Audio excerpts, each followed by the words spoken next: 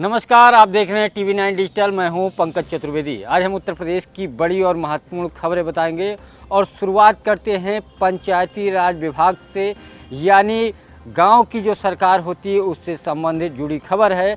दरअसल उत्तर प्रदेश सरकार ने त्रिस्तरीय पंचायत चुनाव में आरक्षण लागू करने के लिए एक पिछड़ा वर्ग आयोग का गठन किया था। ये पूरे 75 जिलों का ये आयोग दौरा करके आरक्षण खास करके ओबीसी के बारे में सरकार को जानकारी उपलब्ध कराते, उसके बाद फिर निर्णय लिया जाता कौन सी सीट ओबीसी कैटेगरी और कितना आरक्षण रखना है। दरअसल 26 मई को ही प्रधानों का कार्यकाल पूरा हो गया था और सरकार ने बाकायदा 6 महीने के लिए या चुनाव होने तक चुनाव की डेट बढ़ा दी थी। इसको लेकर के कई सारी याचिकाएं हाई कोर्ट में डाली गई और उसके बाद याचिकाओं की सुनवाई करते हुए पिछले दिनों सरकार को फटकार भी लगाई थी। अब 10 जुलाई अब जो चीज़ें निकल के आ रही हैं, कुल मिलाकर के इस पूरे मामले पे 10 जुलाई को पंचायती राज विभाग के अपर मुख्य सचिव से हाई कोर्ट ने, लखनऊ बेंच जो हाई कोर्ट की है, उसने जवाब मांगा है। न्यायमूर्ति रंजन राय और न्यायमूर्ति मंजीव शुक्ला की बेंच ने सरकार से 10 जुलाई तक पूरी जानकारी देने की बात की है। साथ ही ये भी कहा गया है याचिकाकर्ता की तरफ से कि पंचायती राज जो अधिनियम है उसके विपरीत है ये चुनाव, खास तौर पे प्रधानों को प्रशासक बनाना। चूँकि सरकार ने चुनाव टाला, उसी के साथ साथ प्रशासक प्रधान को बना दिया, तो इस पंचायती राज जो अधिनियम है उसमें इस बात का जिक्र कहीं नहीं है और साथ ही संवैधानिक व्यवस्था को कमज़ोर करने का भी याचिका में आरोप लगाया गया, पूरी बात रखी गई।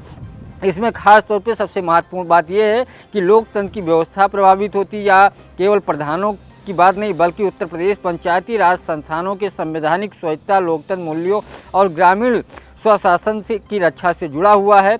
इस तथ्य को जो याचिकाकर्ता हैं उन्होंने रखा और कहा संशोधन पंचायती राज व्यवस्था तथा संबंधित वैधानिक प्रावधानों के विपरीत है, यानी प्रधानों को प्रशासक बनाना नियमों के खिलाफ है। और इस पूरे मामले में हाई कोर्ट ने पंचायती राज अपर मुख्य सचिव जो एसीएस हैं उनसे पूरा जवाब मांगा है और अपर मुख्य सचिव से पंचायती राज विभाग को 10 जुलाई को वीडियो कॉन्फ्रेंसिंग के जरिए कोर्ट के सामने पेश होंगे और पूरी जानकारी देंगे। साथ ही कोर्ट ने पहले ही कह दिया था कि ये गलत है, प्रधानों को प्रशासक बनाना सरकार जो करती है या कर रही है उससे कोई ज़रूरी नहीं कोर्ट सहमत हो और इस पर पूरी रिपोर्ट सरकार दे। अब देखना ये होगा पंचायती राज चुनाव जो गाँव के प्रधानों को प्रशासक बना दिया गया था वही प्रशासक रहेंगे या अधिकारियों को प्रशासक बनाया जाएगा। बात हम दूसरी खबर की करेंगे। दरअसल आज योगी आदित्यनाथ चित्रकूट दौरे पे हैं और उन्होंने एक बार फिर से समाजवादी पार्टी और कांग्रेस पे हमला बोला। मुख्यमंत्री योगी आदित्यनाथ ने कई सारी योजनाओं का वहां पे लोकार्पण और शिलान्यास किया। इस मौके पे अयोध्या की घटना को लेकर के जो चढ़ावा चोरी का मामला था उस पे सपा और कांग्रेस पे हमला बोला और कहा इन लोगों को और कोई एजेंडा नहीं, अयोध्या को बदनाम करने की कोशिश की जा रही है। उन्होंने ये भी कहा कि अयोध्या, आपने देखा होगा लगभग 150 लोग अयोध्या मंदिर में चढ़ावे की काउंटिंग में हैं। ट्रस्ट ने एक सिफारिश की और हमें कुछ जानकारी मिली चढ़ावे के पैसे से में चोरी हुई है। ट्रस्ट के अनुरोध पे एसआईटी राज्य सरकार ने गठन किया। 6 लोग चोरी करते हुए पाए गए, 2 लोग साजिश के पार्ट थे। कुल 8 लोग हैं जिनको फिलहाल गिरफ्तार करके मुकदमा दर्ज करके जेल भेज दिया गया था। इसके साथ साथ ये भी कहा कि एसआईटी के अनुरोध पे भी एफआईआर भी दर्ज कराई गई, लेकिन कुछ लोग ऐसे हैं जो अयोध्या पे उंगली उठाने और प्रभु श्री राम की विरासत को अपमानित करने की बात कर रहे हैं जो कोई औचित्य नहीं है।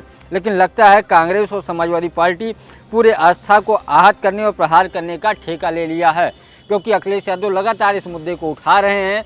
और जब 7 जुलाई को अखिलेश यादव ने सोशल मीडिया पर पोस्ट करते हुए पूरे मामले की जांच की थी, तभी से मामला चर्चित हुआ। उसके बाद एसआईटी का गठन हुआ, एफआईआर हुआ, गिरफ्तारी हुई। चंपत राय, अनिल मिश्रा को ट्रस्ट से हटा दिया गया, इस्तीफा ले लिया गया और वो इस्तीफा स्वीकार भी हो गया। इसके साथ साथ गोपाल राव जो व्यवस्थापक थे उनको भी व्यवस्थापक पद से हटा दिया गया, विशेष आमंत्रित सदस्य। ट्रस्ट की जो जिम्मेदारी है कृष्ण मोहन को महासचिव बना के दे दिया गया। बैंक का संचालन के साथ साथ सारे संचालन देखेंगे। दूसरी तरफ उस बैठक में जो 6 जुलाई को बैठक हुई थी उसमें ये भी निर्णय लिया गया कि प्रशासनिक व्यवस्था यानी एक अधिकारी की नियुक्ति होगी, सीईओ और नियुक्त होगा, उसके लिए एक 3 सदस्यीय कमेटी बनाई गई है और 22 जुलाई को अगली बैठक होगी।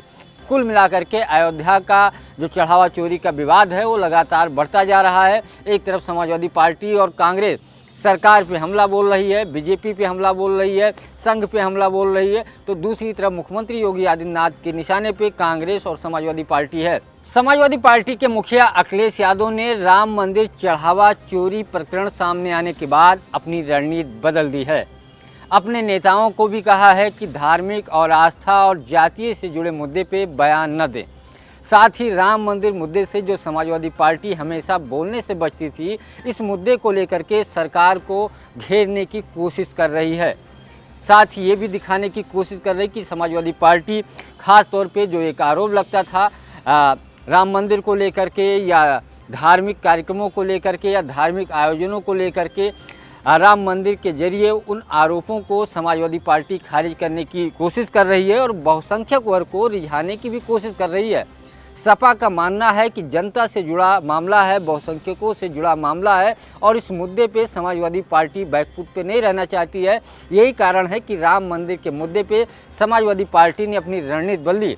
पीडीए की बात करने वाली समाजवादी पार्टी ने राम मंदिर मुद्दे पे जो चढ़ावा चोरी हुई उसमें आगे बढ़ करके अखिलेश यादव ने लगातार सरकार को घेरने की कोशिश की। एक नहीं कई सारे सवाल वो रोज दाग रहे हैं और सरकार पर सवाल उठा रहे हैं। खास तौर पे ट्रस्ट को लेकर के भी वो हमलावर नजर आए। उन्होंने ये भी कहा कि छोटे लोगों को सज़ा मिल रही है, गिरफ्तारी हो रही है, लेकिन बड़े लोगों को बचाया जा रहा है। कुल मिलाकर के मंदिर मुद्दे पे अखिलेश यादव बेहद संजीदगी के साथ मुद्दे को उठा रहे हैं और एक तरीके से जो पार्टी की छवि है उसको एक तरीके से दूसरी प्रारूप में बदलने की कोशिश कर रहे हैं।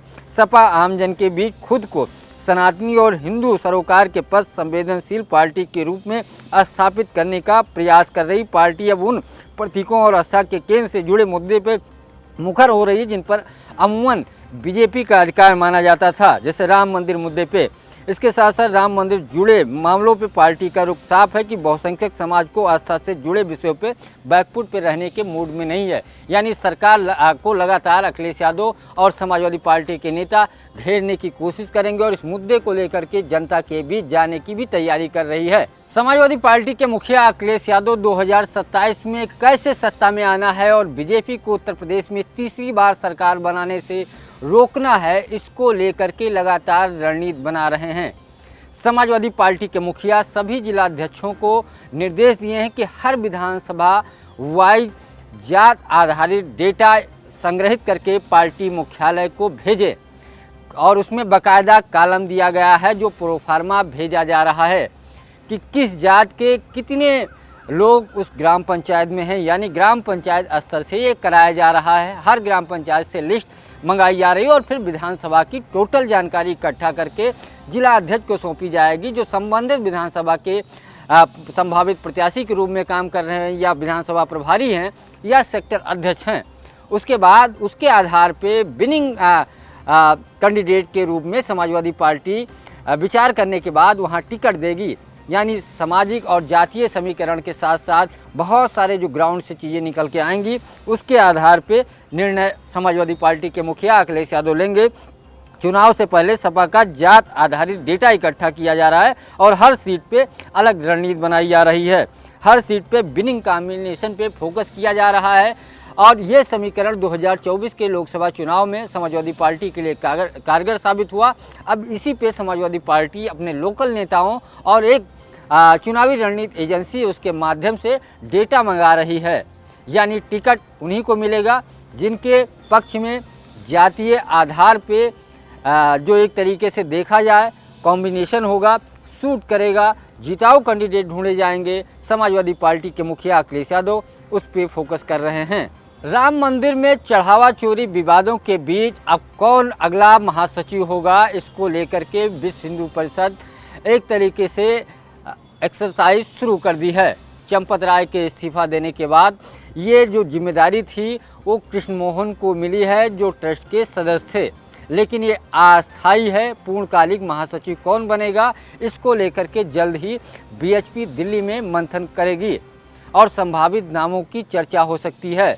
उसके बाद चूँकि 22 जुलाई को ट्रस्ट की विशेष बैठक है, 6 जुलाई को जब बैठक की गई थी, अनिल मिश्रा और चंपत राय का इस्तीफा स्वीकार किया गया था। उसी दिन ये तय हो गया था कि 22 जुलाई को अगली बैठक होगी और उसमें सीईओ की नियुक्ति से लेकर के महासचिव कौन होगा इस पे मंथन होगा।